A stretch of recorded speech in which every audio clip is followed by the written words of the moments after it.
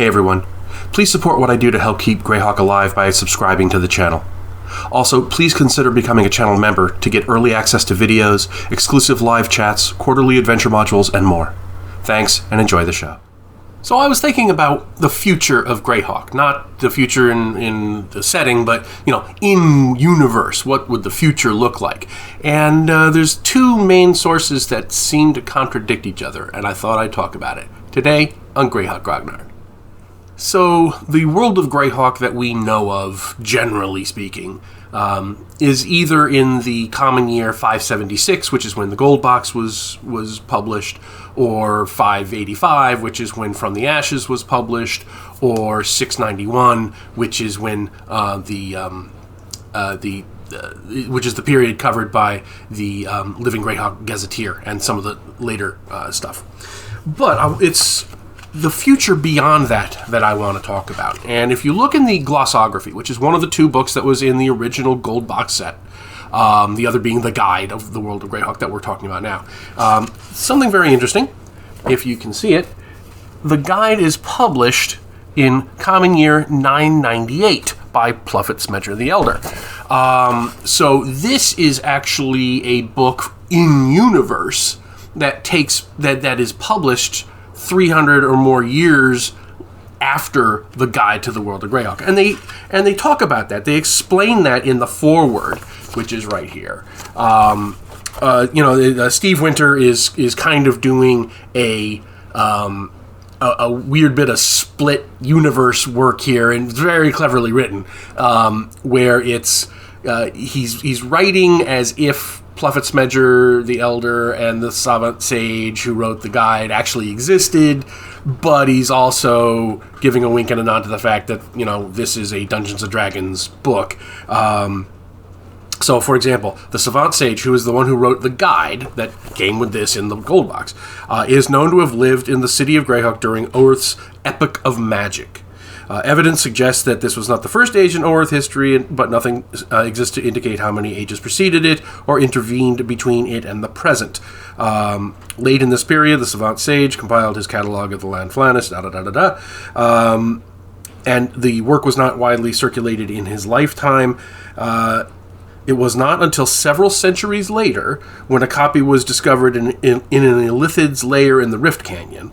This copy eventually found its way to Pluffet, Smedger the Elder, who wrote the Glossography, because the Pluffet Smedger had this kind of simulation that he did to relive events in history, and that's what the Glossography is supposed to be. It's a kind of an in-game thing. But later on, we hear during Smedger's time, magic was not a lost art, but apparently a fading one. Happily, Smedger the Elder's curiosity and genius preserved a priceless relic from a world which no longer exists. So, according to that foreword, 300 years after the guide to the world of Greyhawk is published, magic is a fading thing. Right? There's a trajectory where the magic goes downhill from where it is in the guide in 576 to 591, which we know about. And this kind of plugs into the rules for alternate prime material planes that are given in the manual of the planes. Because in this book, every prime material plane has three different factors. There's a physical factor, a magical factor, and a temporal factor.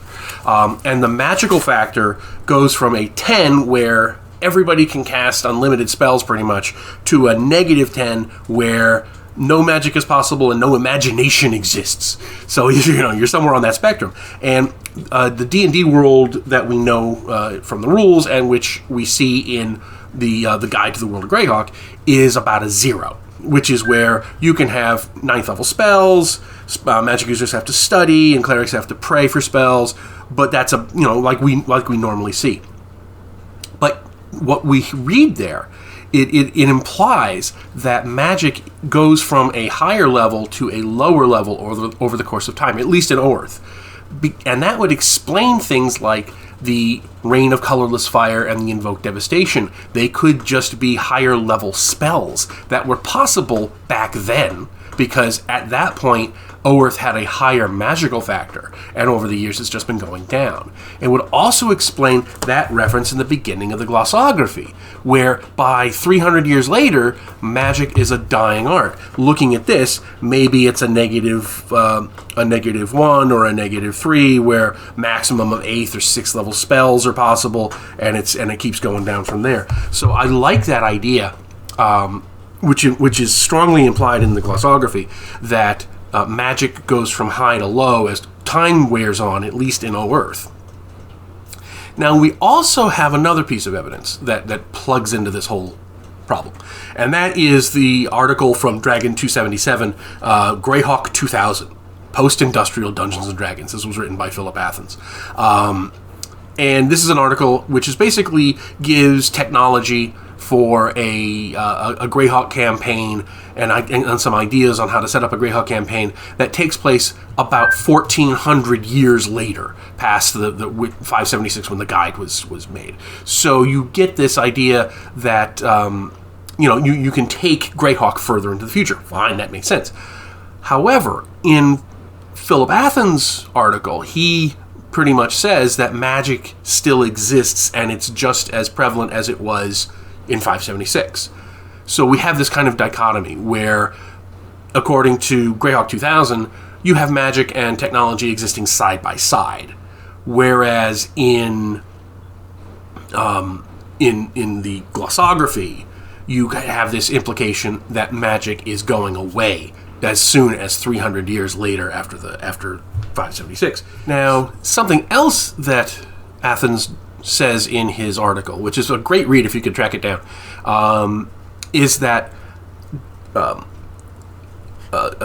gunpowder used to work, and then people said, oh, we don't need gunpowder because we have ray guns and things like that, which is very interesting because Gygax was very explicit in saying that black powder and gunpowder do not work in the world of Greyhawk. So how do we explain that? We come back to this. We come back to the Manual of the Planes, where when you look at the physical effect, the physical factor, at 0, language is possible for most intelligent creatures. Animation of inanimate objects is possible. Size does not limit flight or ability or intelligence. Fine, that's like a normal D&D game. But then we go up 1. Flight is possible for most winged creatures. Sentience and language are possible for most intelligent creatures. Firearm combustion impossible. So here, it seems like we're going from a 1 down to a 0 over the course of time, according to the Greyhawk 2000 article. And that, I think, again, we have this kind of slide from one state to another over the course of history. And I love that idea. And I think both of these, when you put both of these together, there is the contradiction about magic, because unless we have some sort of thing where magic goes away and then comes back, but that wouldn't square with Stephen Winter's statement that it's a world that no longer exists where magic exists, or you have a world where it's mostly technology and maybe there's first level spells or something like that. Maybe magic does exist, but at a very, very low level, which I think is much more likely given everything that we have. So anyway, that's my conception of how you see the future in the world of Greyhawk regarding magic and all that good stuff. We have the normal world of Greyhawk, the normal AD&D rules, with spells up to 9th level and magic users have to study and all that good stuff. And then slowly as time wears on, magic becomes less and less prevalent until you come to the Greyhawk 2000 era, where technology's really taken over and we've actually gotten to a point where gunpowder started working for some reason because the variables of the world changed, and then it became passé because they didn't need it because they had ray guns. So anyway, hope you enjoyed this one. Let me know what you think in the comments. Let me know if you've ever done anything. I know a couple of people have done something along the lines of a Gamma Hawk, which is of course Gamma World set in Greyhawk, and that could be a whole nother video right there. So anyway, hope you like this one. Let me know what you think in the comments, and I will talk to you. Thanks for watching today's video. Please remember to hit the like button and subscribe to the channel. Below you'll find links to my Patreon, which helps make these videos possible. You'll also find the web store where you can buy my books, and my blog where you'll find all sorts of free downloads and other articles. Thanks, and have a great day.